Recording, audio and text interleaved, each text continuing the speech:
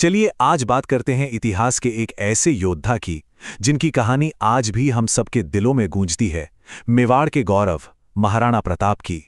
ये एक लाइन है जो सदियों से कही जा रही है और ये सोचने पर मजबूर कर देती है ना।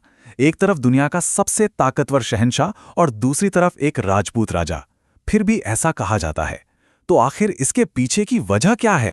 तो चलिए आज इसी कहानी की परतों को एक एक करके खोलते हैं और समझते हैं कि क्यों एक हार ना मानने वाले योद्धा की कहानी किसी भी बड़ी से बड़ी जीत से ज्यादा ताकतवर हो सकती है। तो सबसे पहले बात करते हैं उस इंसान की जो इस पूरी गाथा के सेंटर में है। एक ऐसा योद्धा जिसकी फिजिकल ताकत ही अपने आप में एक कहानी थी। जरा सोचिए, 7.5 फुट हाइट, 70 किलो का तो सिर्फ कवच पहनते थे और 80 किलो का भाला। मतलब आज के ज़माने में तो हम कल्पना भी नहीं कर सकते इसके बारे में। वो सच में अपने समय के एक सुपर ह्यूमन थे। और ये जो ताकत थी ना, ये सिर्फ दिखाने के लिए नहीं थी। इसका सबूत मिलता है हल्दी घाटी के मैदान में, जब उन्होंने अकबर के सबसे बड़े सेनापति बहलोल खान को एक ही झटके में उसे और उसके घोड़े दोनों को बीच से काट दिया। ये उनकी बेमिसाल ताकत का सबूत था। पर देखिए, ये लड़ाई सिर्फ ताकत की थी ही नहीं, ये लड़ाई थी अपने वजूद की, अपने स्वाभिमान की। और ये लड़ाई सिर्फ बाहर के दुश्मन से नहीं थी, बल्कि अंदर की चुनौतियों से भी थी। जरा ये फर्क देखिए, एक तरफ अकबर की 80,000 की फौज और दूसरी तरफ प्रताप के सिर्फ 15,000 सैनिक। मतलब जमीन आसमान का फर्क था। लेकिन कहते हैं ना, अकबर की सेना में दम था, पर राणा के सीने में दम था। अकबर की सबसे बड़ी स्ट्रेटेजी क्या थी? फूट डालो और राज करो। और ये सच कहूं तो हमारे इतिहास की एक बहुत कड़वी सच्चाई रही है। जब जब घर टूटता है, बाहर वाला आकर फायदा उठाता है। और इसी वजह से प्रताप की लड़ाई और भी ज्यादा मुश्किल हो गई थी। तो सवाल ये उठता है कि इतने बड़े फर्क का जवाब प्रताप ने दिया कैसे? इसका जवाब उन्होंने दिया अपनी जबरदस्त स्ट्रैटेजी से और ऐसी वफादारी से जिसकी मिसालें आज भी दी जाती हैं।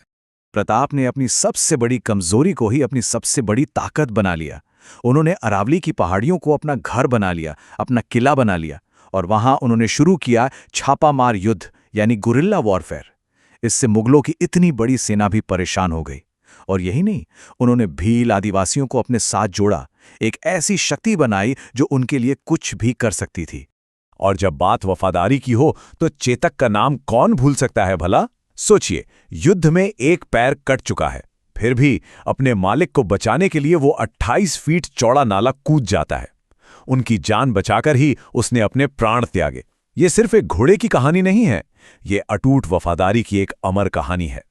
और ये वफादारी सिर्फ चेतक तक ही नहीं थी, उनका हाथी था राम प्रसाद।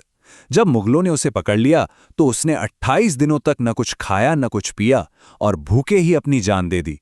कहते हैं ये देखकर खुद अकबर ने कहा था, जिस प्रताप के हाथी ने मेरे आगे सिर नहीं झुकाया, मैं उस प्रताप का सर कैसे झुकवा सकता हूं। तो ये लड़ाई सिर्फ जमीन की नहीं थी, ये लड़ाई थी उसूलों की, स्वाभिमान की।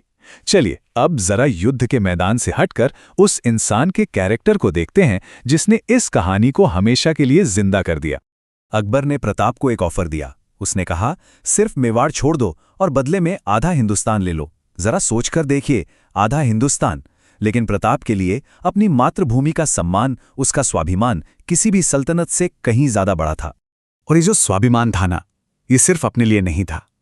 जब उनके बेटे ने दुश्मन सेनापति की बेगमों और बेटियों को बंदी बना लिया तो प्रताप बहुत नाराज हुए। उन्होंने फौरन हुक्म दिया कि उन्हें पूरे सम्मान के साथ वापस भेजा जाए। उन्होंने कहा, हमारी लड़ाई दुश्मनों से है, उनकी औरतों से नहीं। लेकिन अब आता है कहानी का सबसे दिलचस्प हिस्सा, वो हिस्सा जहां यह कहानी खुद एक हथियार बन जाती है, एक ऐसी प्रेरणा जो युद्ध के मैदान से भी ज्यादा ताकतवर साबित हुई। हुआ यूं कि एक बार अफवाह फैल गई कि प्रताप ने हार मान ली है।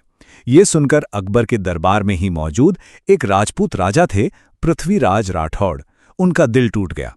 उन्होंने एक चिट्ठी लिखी प्रताप को और उसमें पूछा, क्या अब जंगल का शेर सियारों के साथ रहेगा? क्या अब सूरज बादलों के पीछे छिप जाएगा? और इस पर महाराणा प्रताप का जो जवाब आया, उसने प्रतिरोध की उस आग को और भड़का दिया।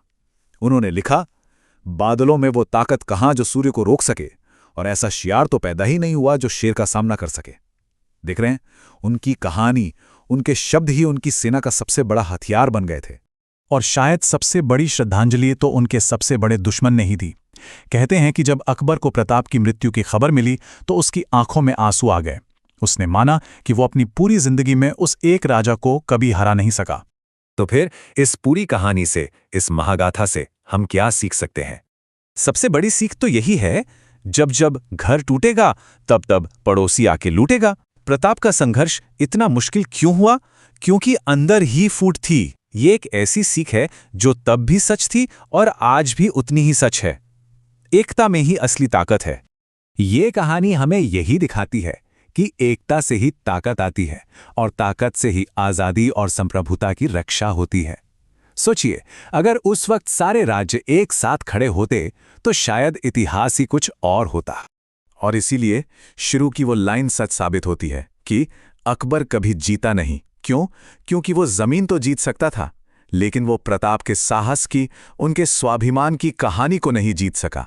और आखिर में सेना नहीं, कहानी जीत गई। तो आखिर में एक सवाल जो सोचने वाला है, इतिहास में एक कहानी की ताकत एक सेना की ताकत से ज्यादा कैसे हो सकती है? सेनाएं तो आती हैं और चली जाती हैं, लेकिन कुछ कहानियां हमेशा के लिए जिंदा रह जाती हैं। ऐसा क्यों है? सोचिएगा जरूर।